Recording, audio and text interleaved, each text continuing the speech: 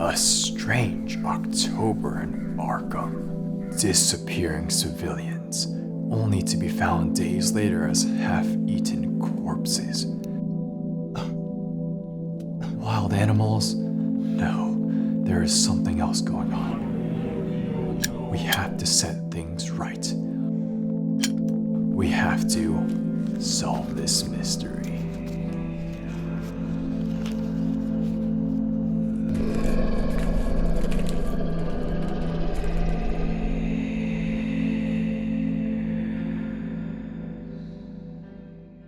The community has spoken and elected for us to go potentially insane in getting into this new revised core set of Arkham Horror, the living card game. And by living card game, it means that you're eventually supposed to spend a lot of money on buying expansions so you can deck build a lot more. So we're back into Lovecraft, and you take an investigator now with its own deck of cards, and you're going to be going on cooperative scenarios, each with some dark evil you have to defeat, all for 1 to 4 players. Let's go. Here's a real quick how to play. You each have an investigator. Here we have Roland, the Fed, and he has his own deck of cards right here. You're in this Lovecraftian world of having to complete scenarios, but you don't always know what your goal is. Instead, you have to complete these micro objectives of advancing this act deck. This act deck will ask you to do things like killing monsters, moving to certain locations, or just getting clues around the map to put it on this card. On your turn, you get 3 actions, like moving around the map, killing monsters, running away from them. You get the point. And seeing as this is a card game, you'll want to play cards from your hand as an action, paying the resource cost on the top left corner, and oftentimes those cards will stay with you, like weapons to use every time you fight. Oh, so how do I get these clues to advance the game? Well, you're gonna have to investigate, which requires you to do a skill check, where you take the appropriate stat, so it's book or lore for this test, then grab a token from the bag, and okay, it's all at the number or higher than the requirement on the location. We passed. You get the clue. This skill check is for so many things, including fighting monsters. It's just that they will ask for a might check, this big fist.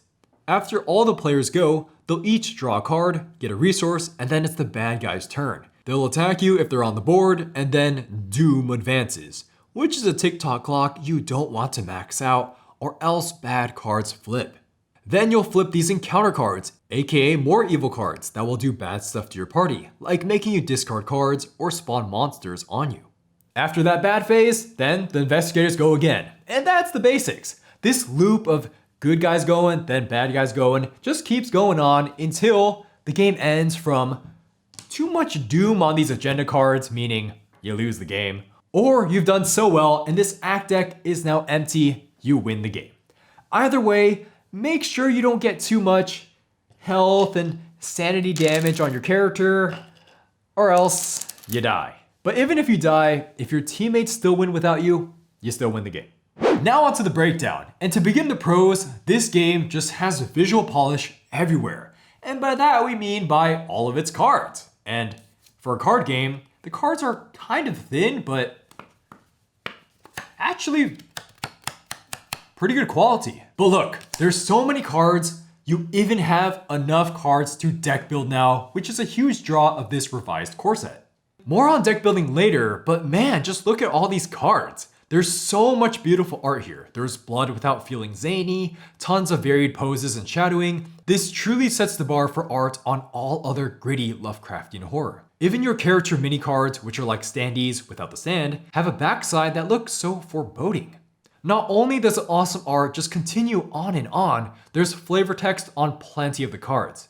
There's heaps of exposition on the scenario-specific cards, and also great flavor on the locations you'll be exploring, even down to rooms. Like, as you walk down to your cellar, the stairs are slick, and they glisten with a thin layer of ice.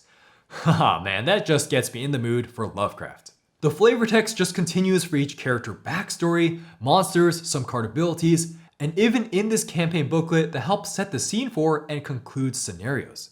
The non-card stuff, like tokens for health and sanity, are great, and there's a clever double-sided token for doom and clues. They did provide a lot of 5x tokens for resources though. That was kind of overkill. But hey, maybe you can never be too sure on how much to stock up against the horrors beyond, eh?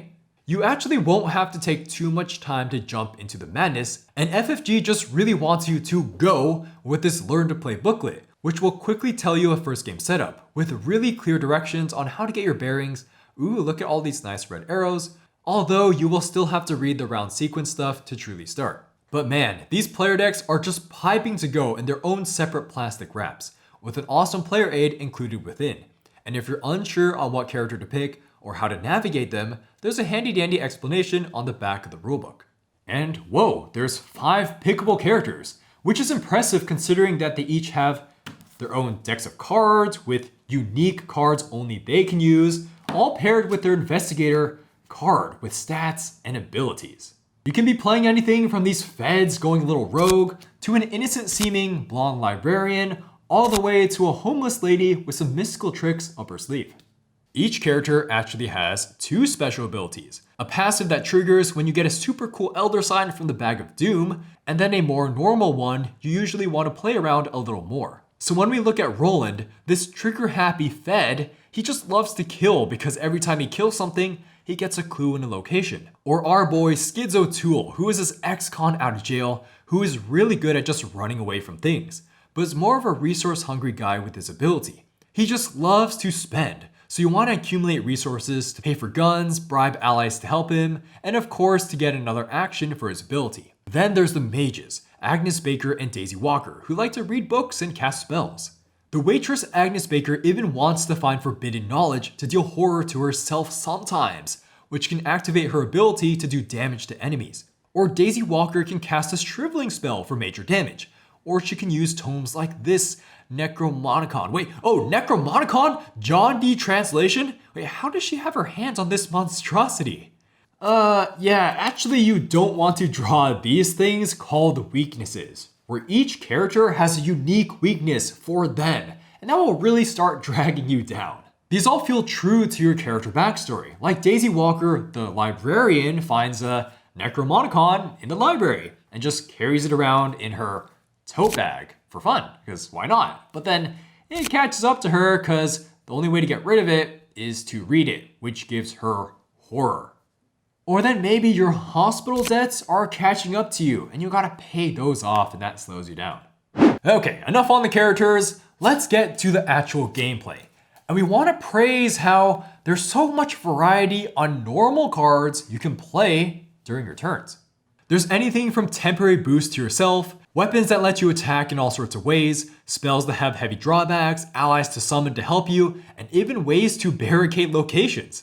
You can equip armor that is leather jackets, protective amulets, 45s, the list goes on and on. The cards really do a good job of spicing up the clue finding for objectives, with countless cards that interact with it, like a flashlight to make it easier, or even burglary to straight up get resources instead of clues. Without delving too far into all these different types, we want to end how there's even ways to get bonuses by running away from enemies. Playing these cards won't ever make you feel too strong though. And this gets into how this is a Lovecraft game that excels at giving you this sense of unease. There's constant uncertainty around every corner of this game, which makes you feel not so secure even when equipped with a lot of stuff, which is perfect for horror. So first off, powerful equips like spells or guns have a drawback or limitation, mostly where they can only be used as per charges they have or ammo. This makes you always question on using them, which is excellent to prevent any sort of infinite guns out blazing sort of gameplay. At the end of every round, you just don't know what encounter, aka bad cards, will get flipped over. Will it spawn monsters, or debuff you, or advance Doom even more, which is another huge source of paranoia, where the clock goes tick, tick, tick, tick, tick, tick, as you place Doom round upon round, and once that card flips, you're in some doo-doo. Some of this uncertainty also applies to the good cards, like drawing from your deck, which could get you a weakness, which will screw you over, or even from this act pile, which you need to do to advance the game, but sometimes when you advance the game and you flip this over, monsters can spawn, but you have to do it anyways to win, but you gotta be careful on how fast you want to advance that sometimes. Also for the map, there's mystery where locations are all face down until you actually go there. So it really gives you the sense of exploring twisting woods, and then you finally walk and you find, oh, it's an old abandoned house, there's nothing much here, or you can find this peaceful glen to rest in and relax.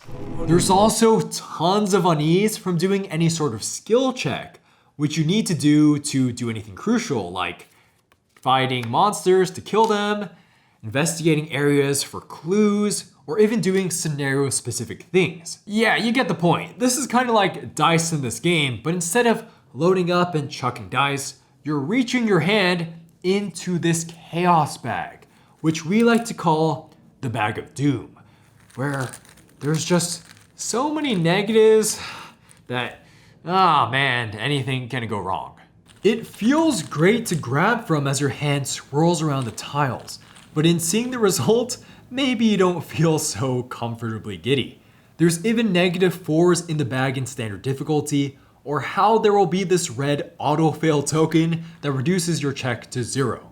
Also, the game was able to add a bunch of flavor for scenarios through tokens, where you can add or remove symbols from the bag, and this will correspond to the scenario key. So hey, you can even end up spawning more creatures through failing a check. Yeah, maybe attacking a measly 1 health cultist doesn't feel so easy when you're equipped with a gun, because it's Lovecraft and things can go wrong.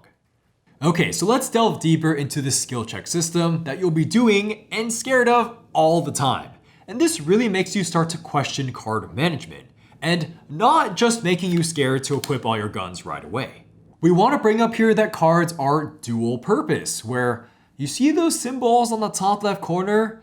Those are bonuses given to one check if you want to discard that card from your hand, but then you're discarding it, so then you lose that card. But then sometimes cards are meant to be discarded for their use because if you succeed, it replaces itself, you get to draw a card. There's even ways to add damage onto attacks if you succeed. That is so cool. Not only is this an awesome side thing to take into account while saving cards in your hand or deck building later, but it comes in great for cooperative play. You can ditch a card for someone at your location to help them, so you have a good incentive to be alert on your teammates' turns to help them before they stick their hand into that bag of doom.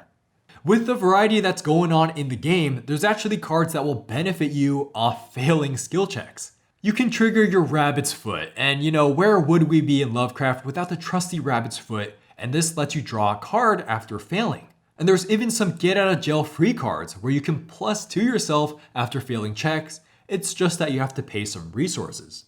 This skill check just adds up for each turn, having so many decisions on how to do your 3 actions. You have a base standard 7 actions in the game, but there's more actions from locations on the board, or even from cards you've played that require an action to use. Combine this with the fast cards that don't require an action to play, but require those precious resources that you may want to save to play your assets, right? Which are not fast, but those are permanently there.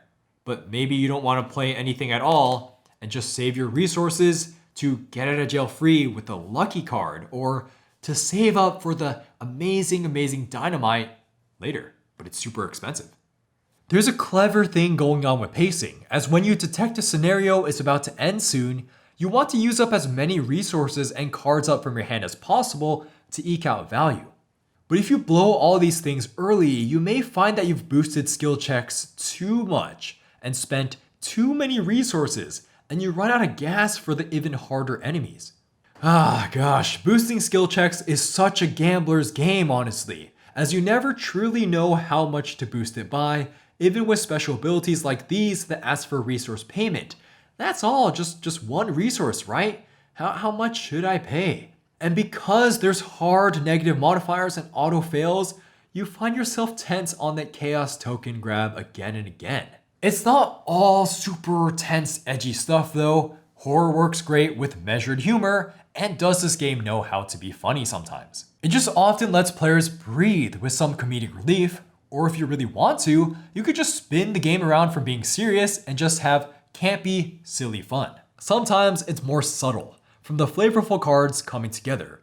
Like the Fed Roland realizes he has to cover up just murdering a bunch of people in a frickin' hospital. I mean, that wasn't sanctioned by a court of law, but they were cultists. I mean, I'm pretty sure they were cultists. Yeah, they're cultists. So instead of looking for clues, he has to spend time making sure that the real Fed doesn't catch up to him as he runs around with a police badge.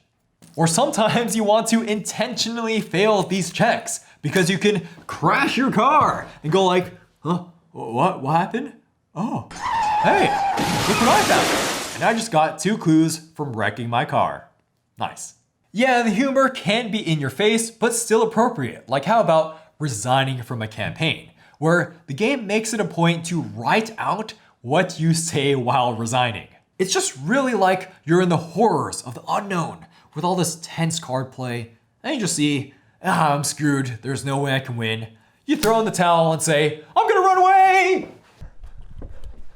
This is too much for me! Or you may have to do some comedic betrayals with some of your characters. And that will lead to some entertaining results here. But hey, you know, that's spoilers for the campaign. Let's talk about that campaign now, with an ongoing mystery. This has 3 scenarios and does a good job of feeling different through each scenario. The first one is just going through a house, which keeps the scope small for your first mission, but it's still creepy with monsters popping up and there's some interest with NPCs at some point. The second one expands the scope, with you going around the city of Arkham itself, exploring smaller towns and graveyards to make the game feel big. The last one has you trek down a main path to go down these twisting dark Arkham woods, where you see countless... But maybe, I mean, who knows, right? What really caught our attention is how the campaign puts on emphasis on the progression between scenarios, where you'll be continually writing down stuff that will influence other scenario outcomes, which is always fun. But even better is how this game has an EXP system to buy cards for your characters. Yeah, this totally feels like a nice, clean progression system in a video game. This is fun prep for the next scenario, as everyone handpicks a couple cards to use next. And this really eases you into the deck building that the full game is really all about. Now you can just purchase even direct upgrades to existing cards, and that was an easy buy. Let's talk a little bit on the deck building, which is a nice draw of this revised core set. Now we haven't rebuilt these decks from the ground up by any means, but in just looking through all these possible cards to get, we got thinking of some nice possibilities. One of my favorites was to just get a shotgun and then provide plenty of extra ammo for it. Every character does have that set weakness, but you can even build around that. Looking at how this is a cooperative game for up to 4 players, you can definitely deck build with regards to 4 decks working in conjunction, which we haven't gotten to try, but seems like a really cool possibility. Okay, as we wrap up the pros, we want to say that this game runs true to time 100%. It really is 45 minutes per player, and you could even get it down to 30 minutes solo once you're comfortable with all the cards in your deck. The fact that Arkham Horror LCG can actually tell a story with flavor text, tons of items, enemies, and locations all within 1.5 hours for 2 players is impressive. For the last pro, we want to stress that Arkham Horror LCG does a good job of just having this lovecraftian mythos, just wrapped into this card play mechanics, all within a tight story. The juice is really fueled by your clever card play, as you have so many cards just help you traverse this Lovecraftian mythos. Maybe there's shotguns that can even misfire and hurt you, or flashlights to help you explore, or even allies to help you beat up goals. You can imagine Shub demonetized Goat Spawn just chasing after you as you run across the Arkham Woods as you evade them again and again. Or we had that one time when Roland was on his last legs, so he threw his knife to do some extra damage, then lit a dynamite stick to blow himself up, but in that giant explosion, countless gold guts also smeared the walls. Cons time for Arkham Horror LCG. Now we only have one, but that's the replayability for this being $60. Depending on your tolerance for replaying the scenarios and then seeing the same narrative twists again, this could be anything from a minor con to a huge con. And it's not really like 3 scenarios because the first one is pretty basic, which makes sense because it's the first scenario, but that means Well, you only have 2 full scenarios in this game.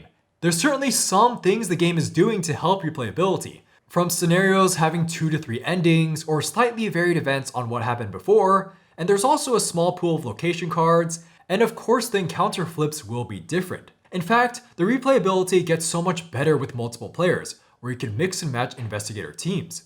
This is something you could play around with solo if you two-headed the game, meaning that you control 2 investigators, and this could probably be the preferred way to play for some solo gamers, given that some investigators, like Daisy Walker, are so physically weak that you want to pair them with another investigator.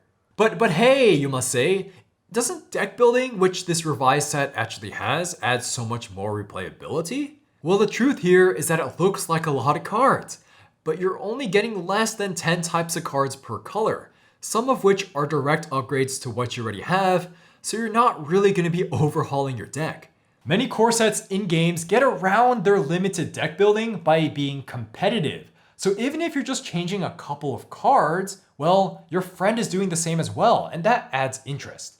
In Arkham Horror LCG, these being your main enemy makes the cooperative repeat investigations stale quite fast. For us to move the replay value out of the cons and into the nitpicks, one of these scenarios either has to be really replayable or to just add at least one more scenario. Could be part of the campaign or not. Now time for the nitpicks, and to kick it off, well, we had some questions still lingering for a game with 3 included booklets because there's so many little card interactions and keywords that sometimes aren't fully explained in this rules reference. So we struggled with questions that came up like allies. Allies isn't even referenced in this rules reference. It's under assets. Or do you take damage after failing a combat check? No, only if the monster has retaliate. Oh, and then remember, when killing enemies with this victory point value like that, they don't go in the discard. They go in a separate area called the victory display. Granted, many of our questions were answered by the included rulebooks fairly easily, but if they're gonna go this hard on books, why not just add a fact somewhere? Or why not just include more entries in your already big rules reference? Now let's get on to the gameplay nitpicks, namely this encounter deck. See, this encounter deck is the consistent way the game advances danger, as no matter what, after every round, you flip over the top card and see what it does. But since this deck is not set up in any specific order, well, the things on what you can draw, like what debuffs happen to you, or what monsters spawn, can be kind of all over the place. Sometimes you draw no monsters for a couple rounds and feel like everything is pretty easy. Sometimes you draw multiple monsters in a row and just get overwhelmed. Sometimes you draw a strong monster early and you're not prepared to fight it at all. Compare this to Eldritch Horror, where you set up the bad deck in a specific way, and then you only flip 1 card, instead of 1 card for each player. And these random card flips don't really spawn monsters. And when they do, the map is so big, they're typically not a huge "we need to patch this up now" issue. Or how about Mansions of Madness, where, oh man, we're kind of spoiled because a literal app is now handling the pacing of monster spawns. So Arkham LCG could have taken that Eldritch approach and stacked the deck in layers so you could at least guarantee that the strongest monster in your game doesn't spawn on turn 1. Now for player count, Arkham Horror LCG should be viewed more as a solo or couples or 2-player game. When you start getting to 3 and 4 players that is unlocked with this revised core set, well, the game starts to get strained a little bit. This goes back to the encounter deck here where, remember, you're flipping 1 card per investigator. So if you're playing with 4 people, well, you're now flipping over 4 times. The sheer amount of who knows what the heck will happen bad from that is a little alarming. So while we haven't actively tested this idea, we want to go out on a limb and say that 4 players is usually much harder than playing with 2 players, just because there's just so much more you can't account for here. Something else that also hurts multiplayer, the game just being a lot of small cards crammed with information.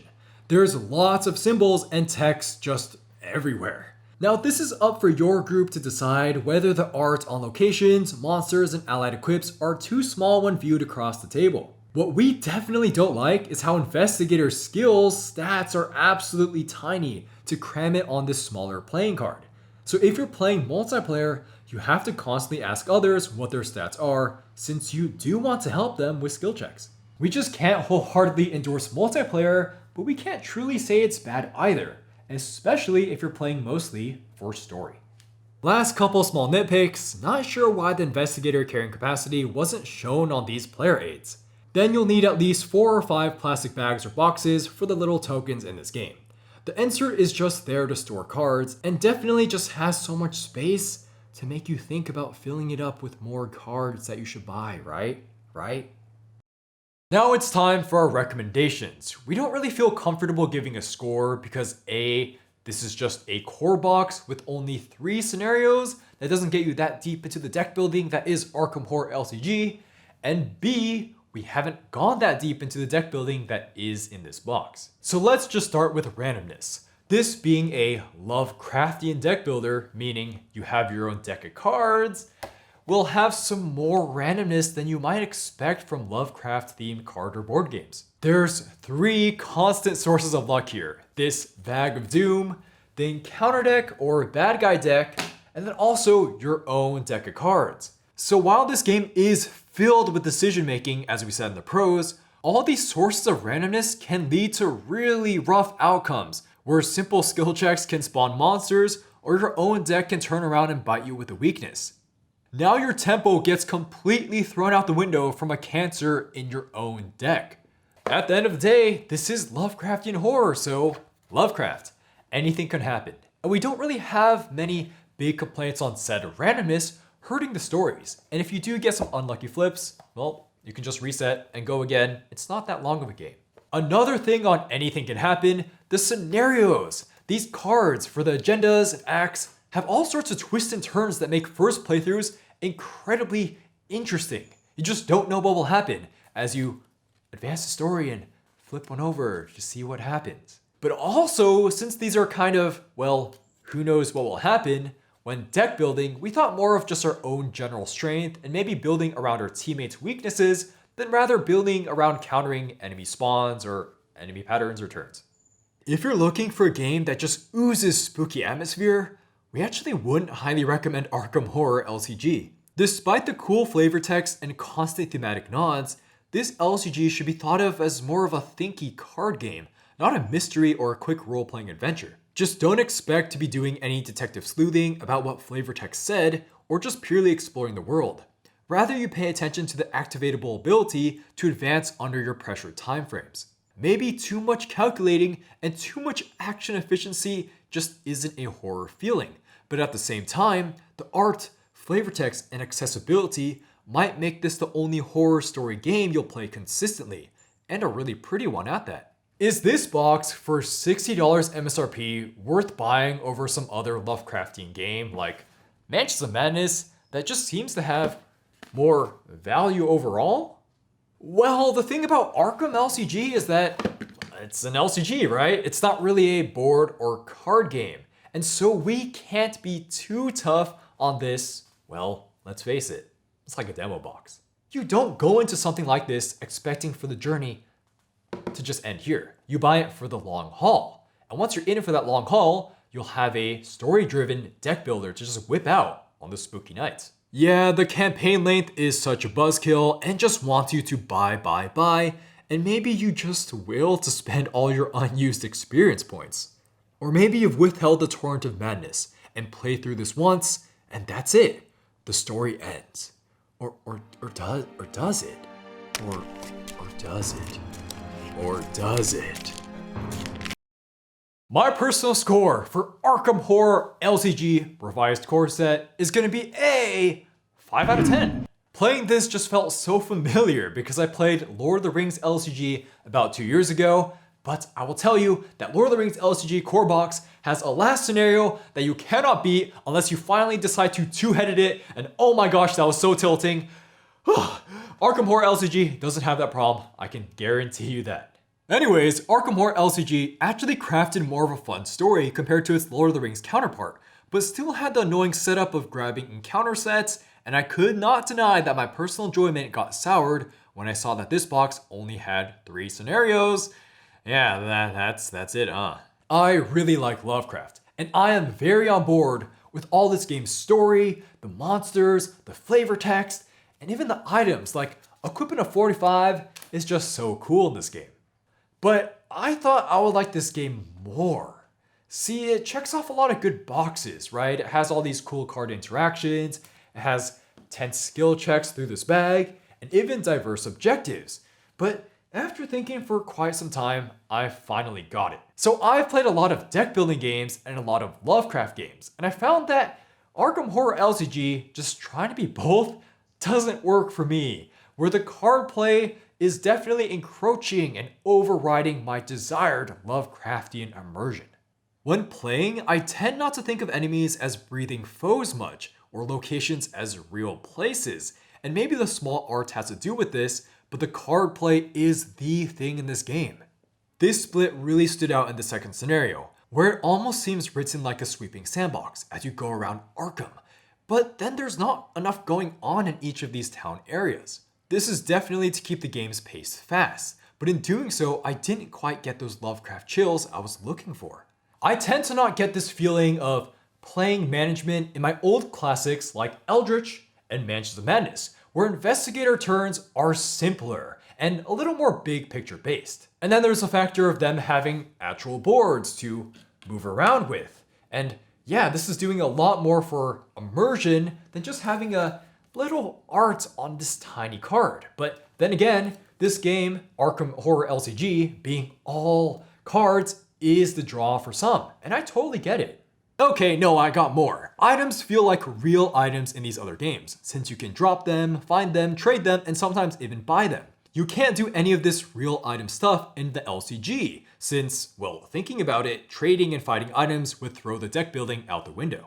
But when I'm top decking equipment here, it just doesn't work for me in a Lovecraft universe. Then this Bag of Doom is not really that good of a fit for me either. It's actually starting to tire me out when done over the course of 45 minutes again and again, because the variance on what can happen is a little too zany for me actually. Who knows what crazy outcomes can happen, like spawning monsters or -4s, -5s on even mundane checks. So I personally would have liked to see some dice rolls in the game, and then also for the more important ones, the more important checks to be going from here. And I gotta play this solo, because any sort of multiplayer actually tends to bore me, because I don't really care about what my teammates are playing when I'm glued to my own hand and the board. Adding more players just adds more monsters to kill with the encounter deck, which feels slightly grindy to kill, given how I already don't find the Bag of Doom that fun in the long run. Let's talk about the deck building too. The process of deck building itself is pretty entertaining. Again, I have zero qualms with the card design and think it's very cool. But I just don't have a big draw to actively deck build in cooperative games. After all, the scenarios have so much randomness that I am really often blaming the card flips or card draws rather than my actual deck. Because man, have I had some BS flips in that third scenario. I can see it, why people love this game, and thanks to you guys for suggesting me to do it. But maybe I'm just spoiled by the immersion in other Lovecraft games, but I never really had that true ignition to just buy more cards, to just buy more sets. Truthfully, if I was just going off my solo play and first impressions of every scenario, it would actually be a 6 out of 10. But after playing scenarios multiple times and all sorts of player counts to get this review out, I'm ultimately just okay with everything added up. Or maybe I'll just get so curious on what else there is in this game down the line and just pay more money to get more deck building. Who knows, right? It's Lovecraft, who knows? So let me know what you think about this game, and maybe my personal score is too conclusive, and then tell me what sets I should buy. But again, I'm not probably gonna do that anytime soon. Shout out to the community for choosing Arkham Horror LCG for me to pick, and also thank you to our patrons for making videos like this possible. We got Manuel G, Brian C, Clifford H, Aaron W, Max B, Bora, Jeremy M, C, Charlie P, Quentin S, MS, Travis R, Alpha Y, Vom TK, Ryan D, Jeff L, Brad M, Matt G, Pierce, Spencer, Ryan J, Brad G, Tiama Period, Mark A, James M, Evan B, Charles P Jr., Josh J, Brasbar, Rado, Sophie, Ryan Z, Colin Allen, Hudson T, Pearson B, Omar F, MY, Ethan P, Bradley J, John J, John C, Galvin V, Dirk S, Andy C, SX Co, Alex L, Rob R, Sender 22, Dave F, Josh R, Pat, Cyril C, Il Wayne, Kyle M, and Amir H. And we got Two Balance Cardboard, we got ZL and Jeff L, we got that guy right there, we also got our Bad Lady of Cardboard, we got Amy. This was Arkham Horror LCG. Remember to leave a like and subscribe. And again, I'll see you guys later. Let me know what videos, what reviews you want to see. Bye-bye.